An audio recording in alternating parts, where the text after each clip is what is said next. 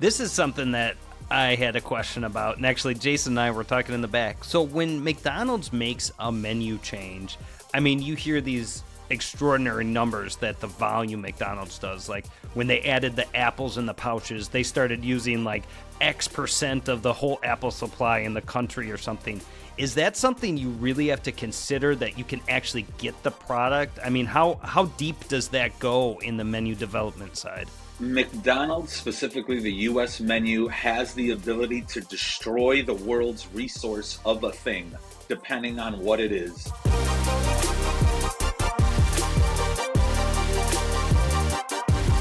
Today I'm here with Chef Mike Haracz. Chef Mike, how you doing? I'm doing fantastic, and total scheduling problem on my fault. I thought we were doing this tomorrow, Oh so man, I would have polished the bald head a little bit more presentable. But you that's still all look beautiful. right. Yes, excellent. Well, so nice to talk to you, man. I love your TikTok channel. It's very informative, and I think, well, I guess we'll start there with well, actually, I always like to get a little bit of background information. You and I have crossed paths on the barbecue circuit years ago, but I feel like I know you better because you're always popping up in my feed. But this is actually like our first like real sit down conversation. So this is interesting. I'll get to know a little bit about you, and you'll get to know a little bit more about me too. So Why don't you tell everybody kind of how you got started in culinary and what led you down that path and where you went to culinary school? Sure. So I, grew up wanting to open up my own restaurant. I went to culinary school at Johnson and Wales in Providence, Rhode Island. So degrees in culinary arts and culinary nutrition.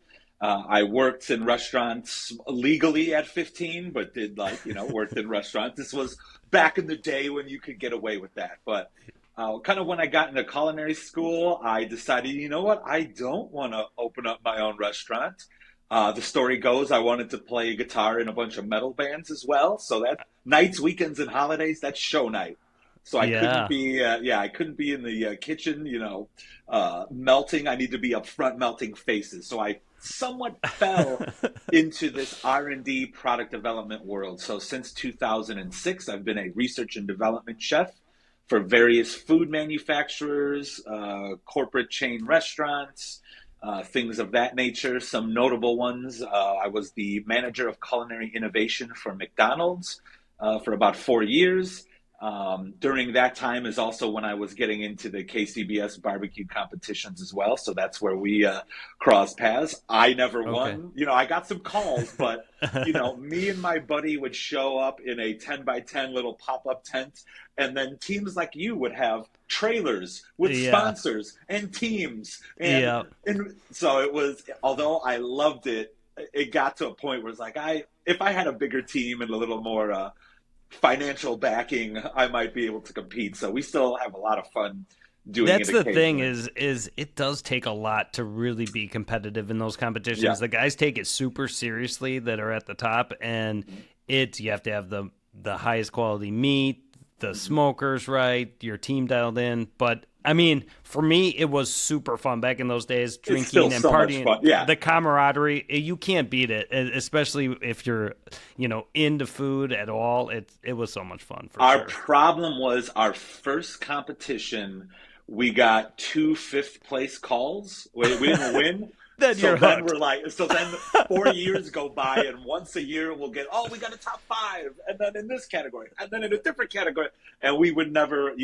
top 5 overall or anything. And we quickly learned, let's just have some fun, invite our friends, and have a good time. So, Well, that's very interesting. So you went down the corporate road because you kind of saw the writing on the wall. You didn't want to work all the nights and weekends and holidays, which is very smart. And what's interesting to me, and I don't think a lot of kids going into culinary school realize, at least I didn't, and the people that I went to school didn't realize, that there's so many other opportunities out there besides the traditional route of being a chef on the line and, even owning your own place, which is huge, very risky, huge financial investment.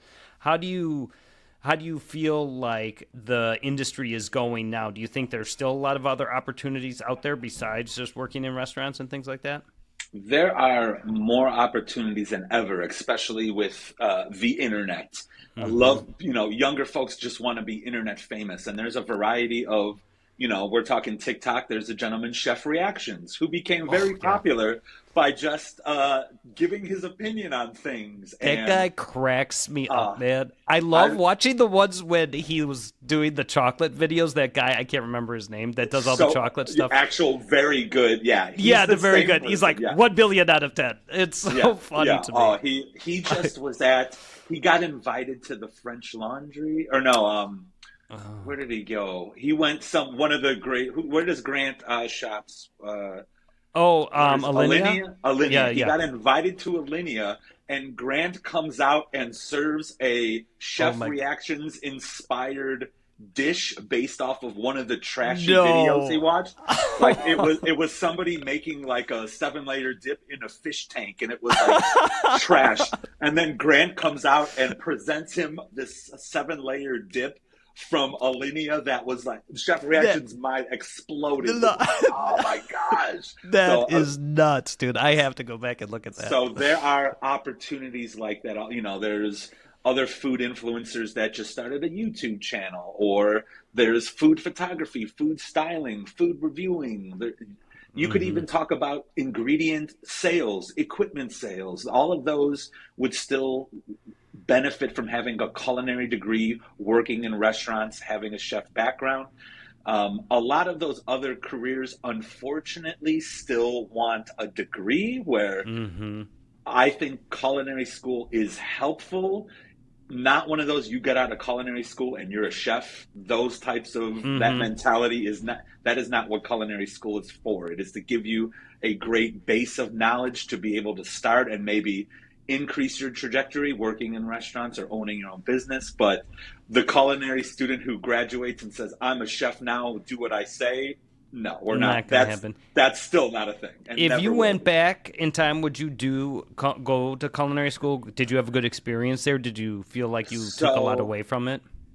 I did because of my specific path. So I did my first 2 years of general culinary arts. I worked in restaurants prior.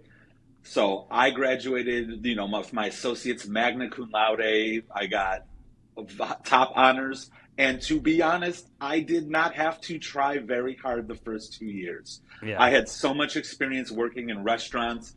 It was way too easy for me. Right. So then the option was, okay, the next 2 years to get your bachelor's. Do you want to do 2 more years of culinary, baking and pastry, or at Johnson and Wales was culinary nutrition? And I was like, Mm. 2 more years of culinary. If it's like this, I will learn it out in the industry. What's culinary nutrition about? And that is every other medical nutrition therapy. If I wanted to be a registered dietitian, it was the food That's science and, cool. and food science and product development coursework. So I went from this is 2 years too easy to being in computer labs after class every day doing research projects. Like it went from so easy to incredibly difficult because it was the stuff I knew nothing about, Yeah. and that exposed me to R&D, food science, and all those things I'm passionate and I love now. So it did help me. If somebody's goal is to just be a restaurant chef, I could debate, like, you could just start working in the industry and get that experience. But if you Right. want to do any of the other stuff, and you do not have to go to Johnson and Wales. Go to your local community college Right. here in Illinois. ECC, even Harper has great programs. There's a lot of local, much more affordable culinary schools where you Right. get great training. I mean, there's a big debate going on for college in general Yeah. because of all the information out there where you can educate yourself on so many. If you're not going to be a doctor or a lawyer or something like that where you have to have a degree, there's so much information out there where you could train Yeah. yourself. However, I go back to the argument on the relationship side of things. You meet people in Yes. culinary school, you learn all the basics. I really had a great experience. I went to Kendall, and it was Nice. kind of Kendall's great. their transition period. So it was first 2 years at the old campus, and that was really cool because all the equipment was broken, like in real life.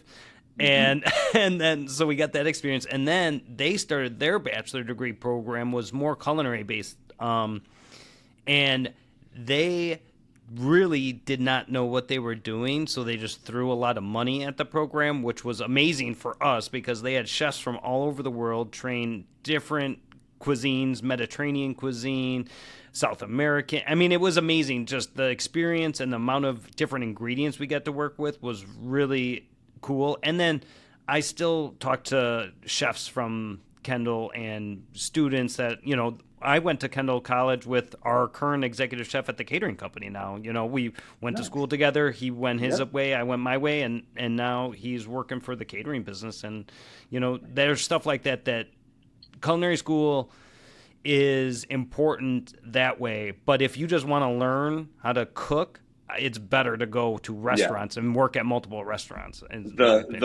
The funniest, bizarre chance is while I was the manager of culinary innovation at McDonald's, my college buddy Marshall Scarborough was the manager of culinary innovation for Wendy's at the same time. So we couldn't even we couldn't really interact like that. We're enemies at this point. But yeah, that's having nuts. gone to Johnson Wales where Emerald went and all that, but there were a lot of people that I've associated with that were like, oh, you're now what was Zaxby's corporate chef or Popeyes and all. Oh yeah, I remember you from. So a lot of so cool. Sort of corporate world has that experience as well. When you were working for McDonald's, were you out at the campus out in Oak Brook, or where was your office, your main home base there? I was in the middle, so I was in the transition period as well. So I started at Oak Brook. I actually helped design their new corporate kitchens and office here in Chicago, right on Randolph Street. I was about half of my time in Oak Brook, half of my time here in Chicago. Oh, that's very cool. I remember back in the day, this is probably going back 10 or 12 years ago, we did some catering because they had a huge event every year in Oak Brook for, now I'm going to botch his name, one of the founders of McDonald's, and they did this whole big thing. What's his name? Ray Kroc? Ray Kroc. Yeah, they did this whole big, and they brought in crazy exotic food from all over. I mean, the chef at the Hilton, they did a bunch of food, but then they brought people from all over. And one year we did a pig roast. One year we just did a brisket carving station because they wanted just all sorts of different stuff. They had $200 a pound Arabico pork that they're hand slicing in front of people and stuff like that. It was really cool. That was my biggest interaction with the McDonald's base up there. A lot of people don't realize. So at the time, there was me, my boss and boss's boss, and 3 others. So there were 5 corporate chefs working. However, every supplier usually would have their own corporate chef presence. And in the case of Cargill, who is a very big meat supplier for McDonald's, they had Chef Stephen Ginta, who is a certified master chef. And there are not a lot of those in the world. His specific job was to support the McDonald's business unit. So me as a manager there would not only have our internal team, but I would sort of indirectly manage teams of chefs that are much better than me from every product category. The produce suppliers got their own chef. The cheese suppliers got his own chef. The multiple sauce company. So there would be hundreds of thousands of dollars and tens of years of experience each chef's making Big Macs for, it was so much culinary resource behind everything that goes on there. And a lot of your favorite fast food and QSR restaurants have chefs all over the place. And a lot of people don't know that that's a thing. That is nuts for sure to think about. This is something that I had a question about. And actually, Jason and I were talking in the back. So when McDonald's makes a menu change, I mean, you hear these extraordinary numbers that the volume McDonald's does. When they added the apples in the pouches, they started using X% of the whole apple supply in the country or something. Is that something you really have to consider, that you can actually get the product? I mean, how deep does that go in the menu development side?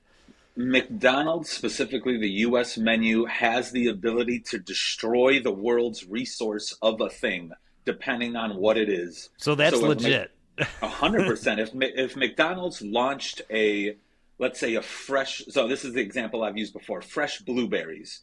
Yeah. McDonald's wanted to do parfaits, a national launch using fresh blueberries. So not previously frozen, not in order to do that, they would deplete the world's resource of fresh blueberries of any size. So it would destroy the industry. Nobody else would have them based on the math of, how we thought or how they thought sales would go. So, that's crazy. They absolutely could. There are so many limits of like, we can't nationally launch that because there isn't enough. We need to reserve, 3 years ahead of time, the amount of land to actually grow the blueberries to do that. So it's not even feasible to launch that item. So that is a very true. And like, if I came up with the buttermilk crispy tenders, it changed the world market price of chicken because of the volume of chicken we would go through. McDonald's did. They are vertically integrated, so a lot of their chicken was, taken care of by the company. But due to all the other sales and those companies wanting to sell us additional chicken, it would change the market price on the open market of a protein, which is that's unbelievable. Yeah, crazy. But it makes sense. There's so many. Yeah. How? What's the difference and like what's the ratio? How many corporately owned McDonald's versus like the franchisee situation? Yeah. Now I think it's like 95% franchisee owned. It was less before, just because I think McDonald's as a corporate entity makes more profit off of a franchisee location. It's less corporate risk research for them. Right. Yeah. And in this kind of scenario, franchisees pay a X amount of money a year for corporate to exist, whether it's paying for employees, the R&D, the marketing, whatever. So the more corporate stores there are, that is more corporate employees franchisees need to pay. So it reduces that number for all of the units if there are more franchisees in place instead of corporate restaurants. So they're continually reducing that number. Yeah, very interesting for sure.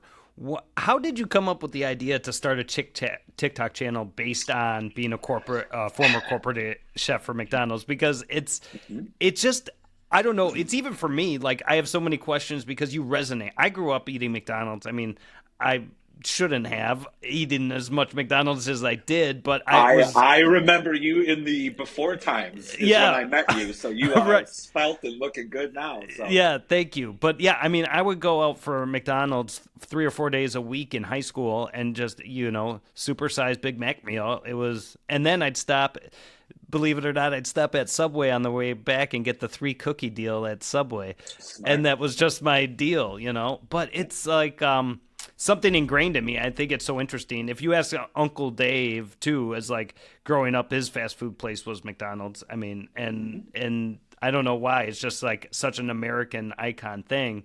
But what gave you that inkling to like, I'm going to do a TikTok channel based around being a chef for McDonald's? So I've always used social media, not only in personal, but professional capacity. So going back to wanting to be in a band, it was build an audience. Even before that, and then while I was at McDonald's, I got media trained and was part of their brand ambassador program. So I did the morning news junkets and all of this stuff. So I had a little bit of a following from that and other things I did at McDonald's throughout the pandemic. So I had a different job for only about 5 months. Global pandemic hits. I need to provide for my family. So I started a consultant. I was a consultant, started a YouTube channel, which didn't really make money, but I had brand deals and things of that nature because of other internet stuff. So I've always used the internet in that capacity. And then with TikTok, it was understanding that the things that would resonate are uniqueness. Okay. And I know how many corporate R&D chefs are there in the world. How many of them actually was a chef at McDonald's, and how many of them actually use social media for any kind of following whatsoever? There's one of them, and that is me. So it was leveraging my unique experience in that capacity. Man. The downside is if I talk about anything not McDonald's related, the internet algorithm does not like it and nobody sees it. So I kind of pigeonholed myself on TikTok. being the McDonald's guy because Well, I have interesting perspectives from that. we see that too with our channel. I mean, we do barbecue education, and anytime we have a big brisket, slice into it, and juice is crazy, or Sexy. competition ribs, like people love it, and the algorithm loves it, and everything. But if I tried to do like an international dish, which I'm like super passionate about, I love like traditionally smoked meats, and then choosing international flavor profiles and presentations. But nobody else gives a shit but me, obviously, Yep. because the views Or are once like, you, hey, can you check out our new flavor of barbecue sauce? no, Nobody no, enough. But just let me nobody see cares. food porn. Come on. So yeah, Yeah, that is unfortunate with the algorithms of social media sites. but it is very interesting that, I mean, you get some crazy views on that channel, and you have like over 300,000 followers, so it's like really really cool to see. But I mean, people, I think there's just so much familiar. I can't say the word. People are so familiar with McDonald's that they always have these questions. And recently, you were doing a bunch of stuff about like the price increases and stuff like that. How does that? Do you think people are like pissed about that, or don't they realize that everything has gone up in price? So there's a couple. One thing to note before I answer that question is Uh huh. I also know how these algorithms work. You need people to comment, you need all these things. Yeah. And early on, I figured out when I say I'm a former McDonald's corporate chef, a lot of the comments are, "You're not a chef. Chef and McDonald's don't go together. You're trash. You're fake." All of that, all that discussion makes the algorithm think it's great content, and then I get millions of views of people hating on me. So I have to appreciate, yeah, sure, well, Yeah. yeah, you don't know anything about me, you think I'm not a chef, cool, Yeah. keep on commenting. So but at least I have some credibility, and that's people know me as the former McDonald's corporate chef guy. When it comes to the pricing, um, there is some stuff that went on that was not real, like how much a Big Mac costs. It's $18. Well, maybe in one location in an airport, that Yeah. is a thing. Some other viral information supported that, and all these people were upset. Well, McDonald's did clap back and say, that's not true. Here's our average prices of premium items. It only went up 30 or 40%, whatever it is. However, I know that all the price increases are on the much more affordable menu items, the cheeseburger, the McChicken, the breakfast burritos. All of the value items have drastically increased in price over the same time. Mm, So okay. even though McDonald's clapped back on premium items, which have only increased with inflation, the very affordable, there's no dollar menu anymore. It's a Yeah. one, two, $3 menu, and the cheapest thing is like a French fry or something. So it's $2.99 is the cheapest sandwich or whatever. Um, the other thing we know about the internet is whether you're right, wrong, or indifferent. If it goes viral, that's how people Perception is misinformation is reality. Yeah. absolutely. So while some people realize that all costs of things are going up, it is some of those value items that I think people don't realize are what's getting hit the most. And that's what the McDonald's consumer is complaining. There's no value items anymore. I need to use an app, give you my data, and I can only get a deal with what you said. One, buy one full price, get one for $1. Well, that's not what I want. I want $1 McDouble, and that's what I want.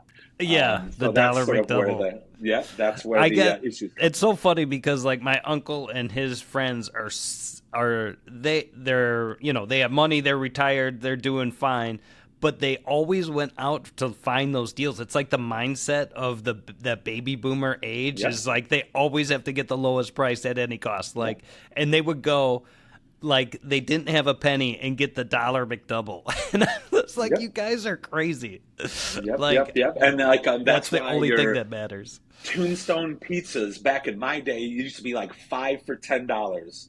Or what, I had 3 for $8 frozen Tombstone pizzas. Heck yeah, I'm gonna get 5 of these. It's such a great deal. And Yeah. now it's like 3 for 15, which is still the Yeah. cheapest one out there. But It's so so cheap. many people still just value. Give me the deal. Because not everybody's buying initiatives are best quality or nutrition. Some are just, I want the cheapest thing. I don't care what it is. Trying to save money that way.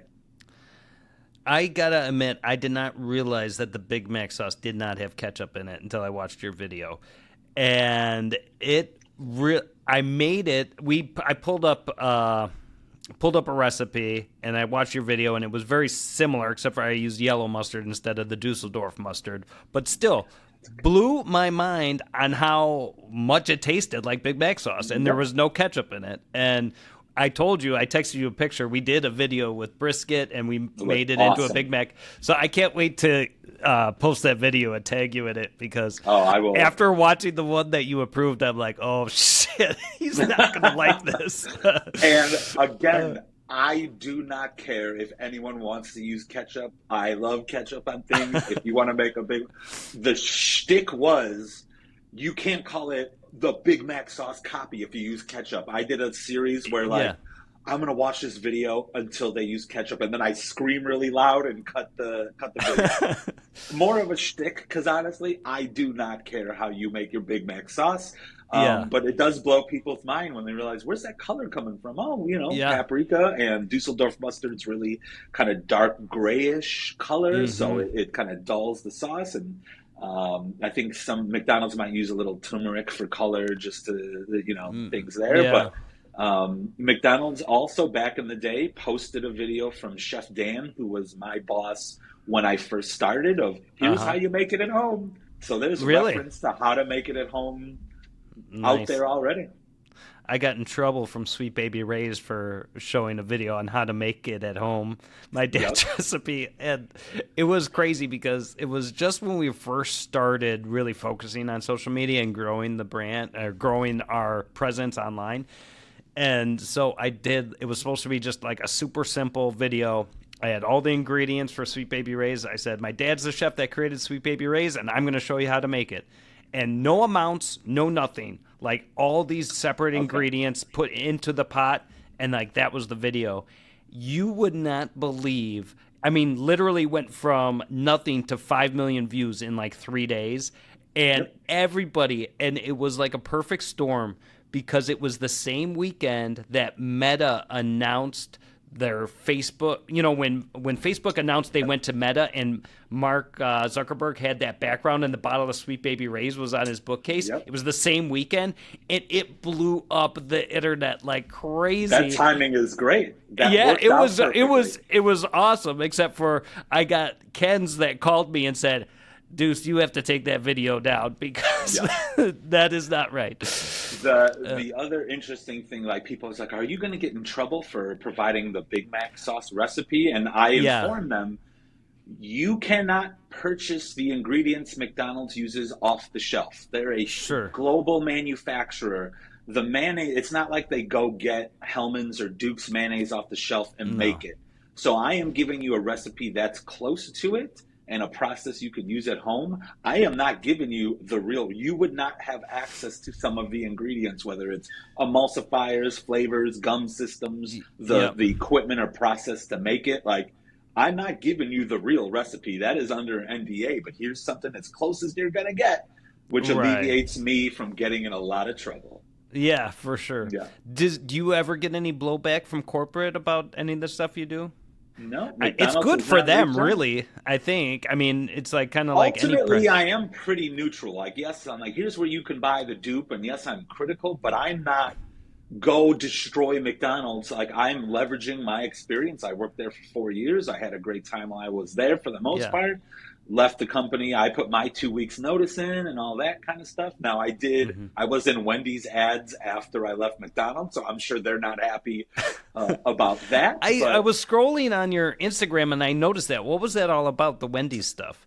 Because then you mentioned your buddy working there. So was that part of it? He already left. But Wendy's, when they launched their new breakfast, was 2019 or 2020. I was already freed up. I was already doing a lot of stuff on Twitter and internet. So like Wendy's Twitter account and their social media like agency, we kind of connected, and it's like, hey, do you want to be in some Wendy's ads as a former McDonald's corporate chef? Absolutely.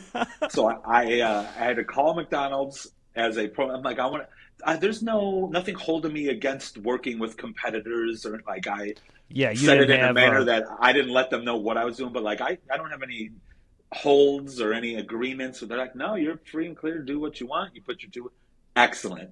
So then I did a bunch of Wendy's social media stuff and it pays very well. Nice. Good for you, Yeah. man. That's awesome. Yeah. I haven't been to a fast food place in a while, but I always thought Wendy's was known for like cooking their burgers fresh. Mhm. Is that still the case? Yeah, when all of Wendy's burgers are cooked from fresh, never frozen meat. I don't necessarily think they cook to order like McDonald's currently does with their fresh beef quarter pounder. That is something that they should be doing. I don't think it's changed since they've launched it. But Wendy's patties are brought in fresh and never frozen. However, there may be some processes to cook and hold it in certain manners Mm, because, marketing yeah, spin. that takes the freshness out of it then, huh? I would say so. I would just Interesting. like it, even if you order a McDonald's fresh beef quarter pounder in the last couple years and you eat it right at the restaurant or right in the drive-through, you'll notice it's much hotter, fresher, juicier. It is a much better sandwich. If Yeah, you wait 15 minutes and take it home and you're, unpacking, I'm finally going to eat, and now it's like room temperature, it tastes just like it always did, whether it's yeah. fresh or frozen. But there is a window of it is absolutely better if you eat it in this time frame. Interesting. So, Chef Mike, what are you up to these days? So I work for a global ingredient supplier as an R&D chef, and I help open their first global culinary kitchen here in Chicago. We're actually based out of the Hatchery here in Chicago. I don't know if you're familiar Okay. with that building, but basically Is that I where all the am chickens come from? no, not that type of hatchery. It is a food incubator for local Oh, businesses, entrepreneurs. There's about 40 kitchen spots in here, not only big companies like us, but local caterers, mom and pop, the pickle guy, all kinds of fun stuff goes on in this building. But basically, I either make cool things with my company's ingredients that they sell, or I work with customers on issues they're having. So their barbecue sauce shelf life is not getting where they need to. What can you do, Chef? I hmm. got you could either add this, do that, do that. Our bakery good is staling too quick and it gets dry. So I just have a bunch of fun time in the kitchen. Do you work with any ingredients like sugar-free additives and stuff like that? That's something I want to develop for Deuce's Wild is a sugar-free barbecue sauce. Do you have any experience with that stuff? All of them. Actually, at this year's IFT, I am serving a plant-based meatball, which we Oh developed, boy. and a competition-style barbecue sauce utilizing a reduced sugar formula. Really? So yeah, so as well as when you remove a lot of that sugar, the viscosity somewhat changes. So we've got some hydrocolloid systems to bring that viscosity back, Mm. nice and tacky, like a competition-style glazy barbecue sauce Mm. there. So yes, and what's funny about I'm very neutral. So not only have I developed, let's say, the all natural, organic, gluten free paleo thing for Whole Foods, I've Mm-hmm. developed the cheapest things for Walmart. So Yeah. I'm neutral as far as what ingredients do you and your customers want in or out of it. And if you don't like that one, I probably have the alternative if you want to Maybe vilify we that need to maybe ingredient. talk offline, but just broadly, what are like the natural versions to get to that consistency and that flavor that you're looking for with a sweet barbecue sauce? I mean, there's allulose, there is stevia, the Reb M type sweeteners, there's monk fruit. A lot of people have been using combinations of those, but the Mm. more modern stevia products, a different Reb versions. So there's like Reb A, Reb B, which are different versions of the non-nutritive sweetener, have come such a long way that it is so much closer to sugar. Now, Really? if you do remove that sugar, you might want to work on the viscosity. So you could add carrageenan, which is a hot button ingredient because some people think it's bad. Others Why know that isn't it's it like an from algae or something like that? The it's yeah carrot. it is yeah it is basically a What's seaweed wrong with derivative. that? Um, Internet influencers have decided that due to research that they did, they felt it was bad for consumers. That has been debunked over and over again. But once the internet decides a thing, that can very much affect people's perception of it. But we have alternate versions of that as well. We have citrus fibers that could be used to thicken things back up and get the tackiness back. Other kinds of starches, whether it's native, modified, things of that nature. So we have all kinds of things to solve those issues.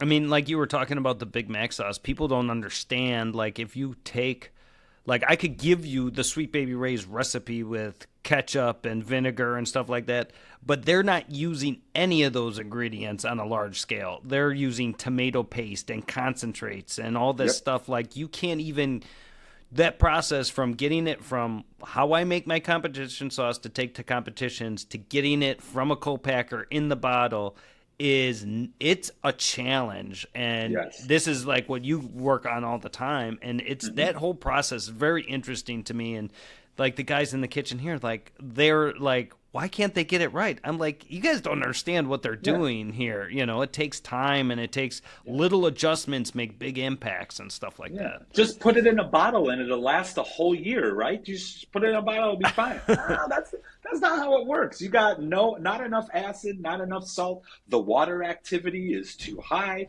Your pH is too low. Like, I consult with a lot of the local entrepreneurs here who want to come up with their new product, and I understand that's grandma's recipe, but grandma didn't want to mass produce and bottle it and store it for 8 months in a bottle. So there's other steps you need to deal with.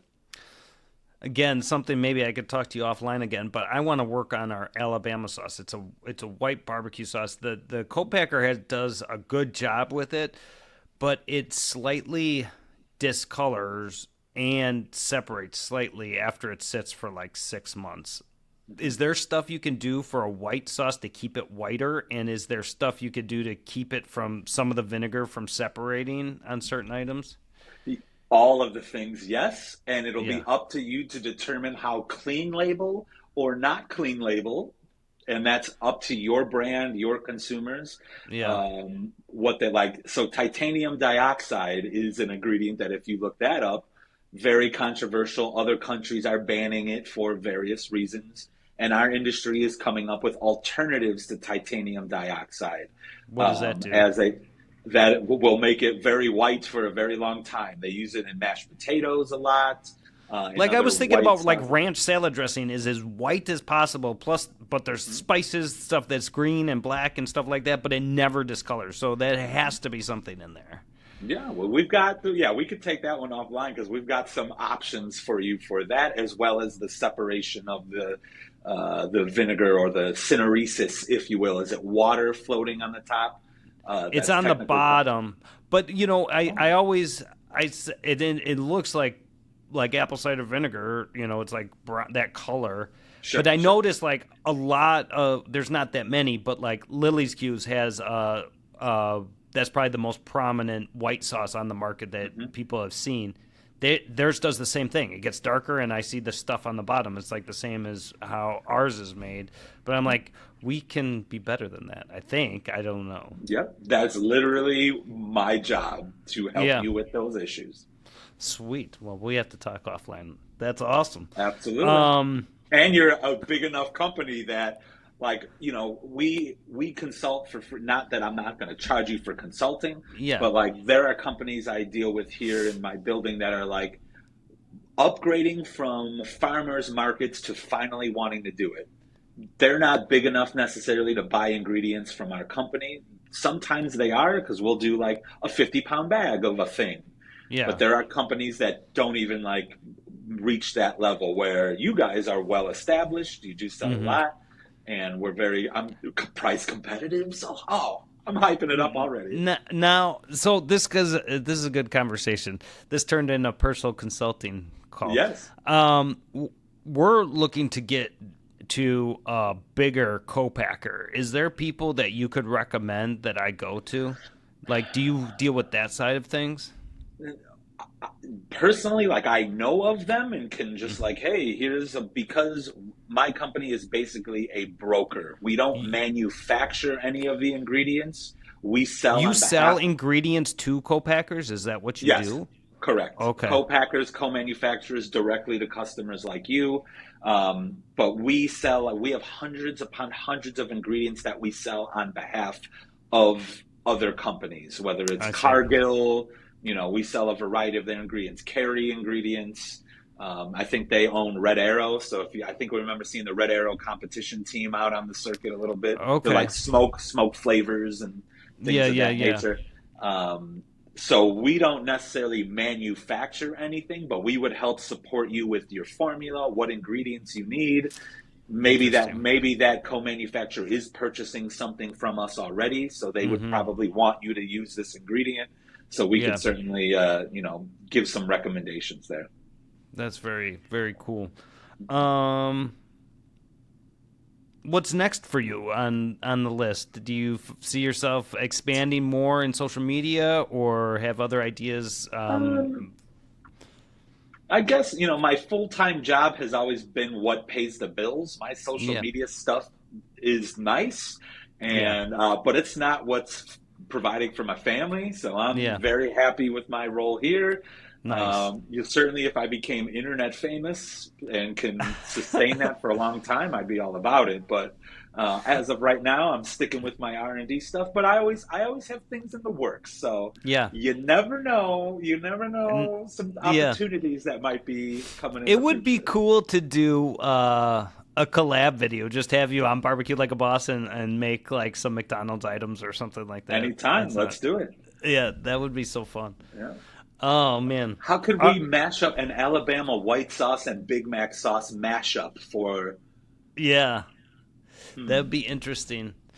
Or like our McRib, we'll make our own McRib. Oh, that's a good one. Let's do that.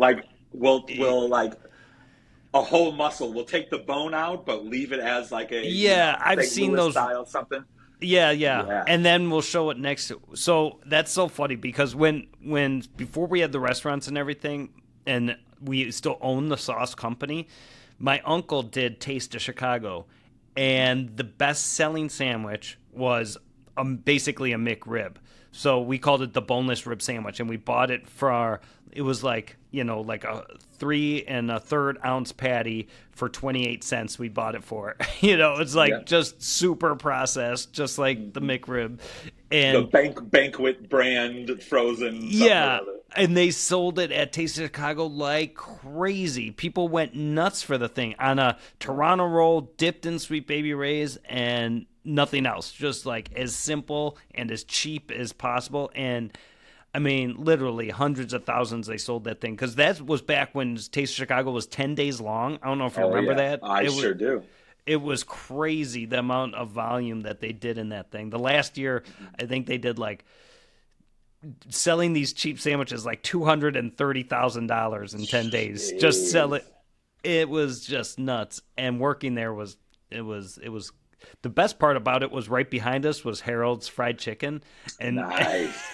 So good. Except you wanted to eat there earlier in the week because later in the week they didn't change the oil one time for the 10 days and all that volume was going on. It was literally sludge on the bottom floating. It was literally green, dude. It was bad. Oh boy. At the end. But yeah, that we could do that, like a comparison, doing a full slab of rib, cooking it like so the ribs pull out, and then making that, and then compare it to like the processed McRib or something like that. Let's do it. Awesome. Anything else you want to say? Where can the listeners go find you or find more information about you? Sure. I mean, you could just Google search me. So it's Mike Haracz, and it's spelled just like it sounds. Haracz. Haracz. Polish. That's what we get. But I'm on most of the things, whether it's Twitter, Instagram, TikTok, LinkedIn. If you want to do professional, anyone out there who's in the industry needs ingredients, you come holler at me, and I'll get you in contact with the right people. But yeah, you'll see me all over the place. Nice. Here's a fun fact. The executive chef for Blue Plate Catering, which is Chicago's like largest catering company, his last name is the same as yours, Charlie Harris. I must meet this person. And one of my uncles, like we were talking about Taste of Chicago, Charlie's dad is known by me as Joe Mama. It was like one of my uncle's best friends, and he ran Wrigley Rooftops, and he was Joe Harris, but everyone that I knew called him Joe Mama. So that name is very, very familiar to me, but it's not very common that I've seen. Gotcha.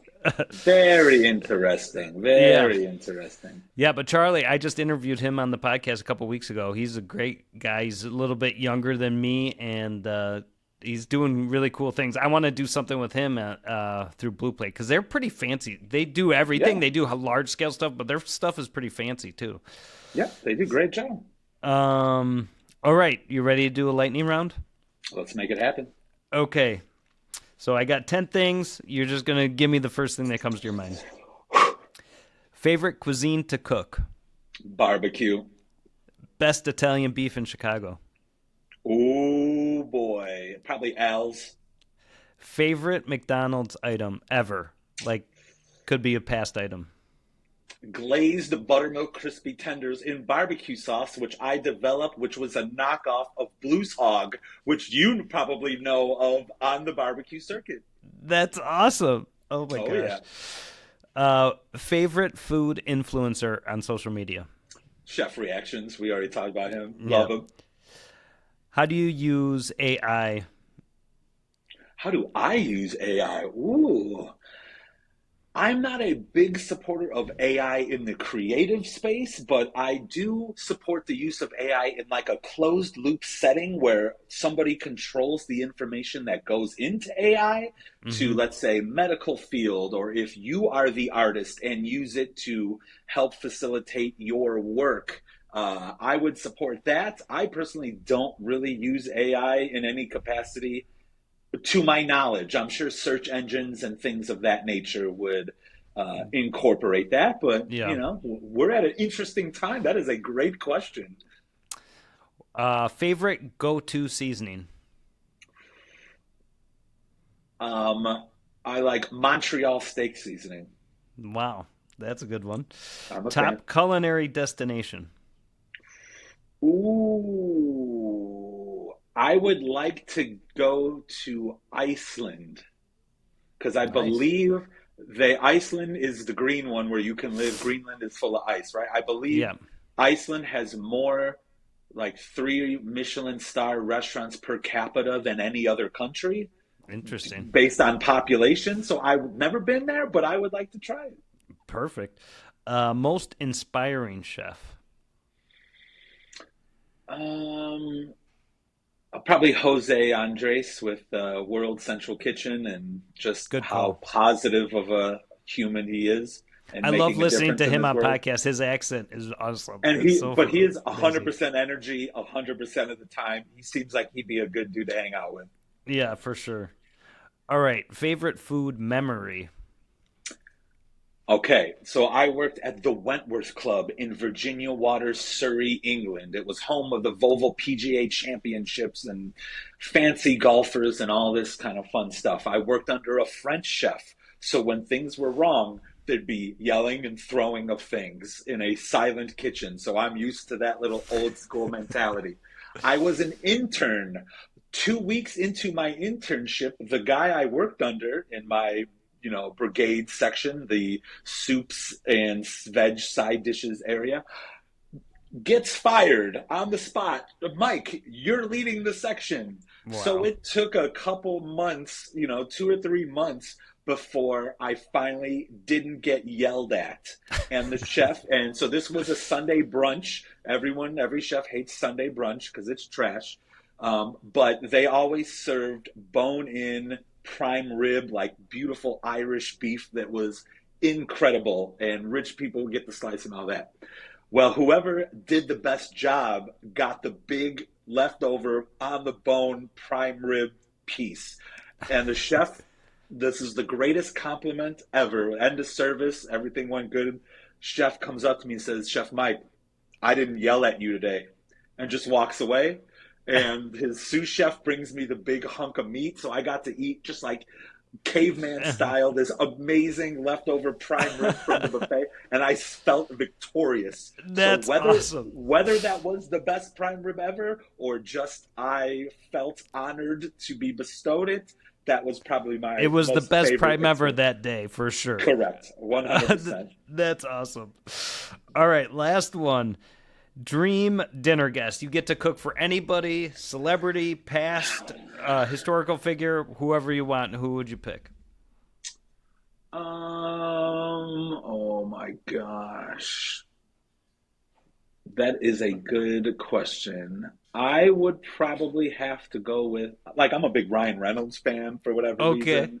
So probably that would be an That would be a interesting good dinner one. guest. He would be very entertaining too. Yeah, very entertaining. Man, who would be? I'll probably have to go with a Ryan Reynolds, I think. Good Just call. because it's like, you're a super famous dude who's in all the things, and you're Deadpool, and you own a football team, and yeah, And like mobile phone all situation the too or things. something. Yeah, Yeah, he's an that's really cool. entrepreneur for sure. Definitely. All right, Chef Mike, thank you so much for taking the time to being on the show today. I really appreciate it, man. And we My, got to hook up. I got a couple more questions for you. We could talk offline, and then hopefully we'll get to make that, someone used to call it faux you, like yep, the fake barbecue sandwich. kind of accurate, kind of Yeah. accurate. So yeah, let's make it happen. All right. Thank you, Mike. Have a great Awesome. day. Have a good one. All right. Bye-bye.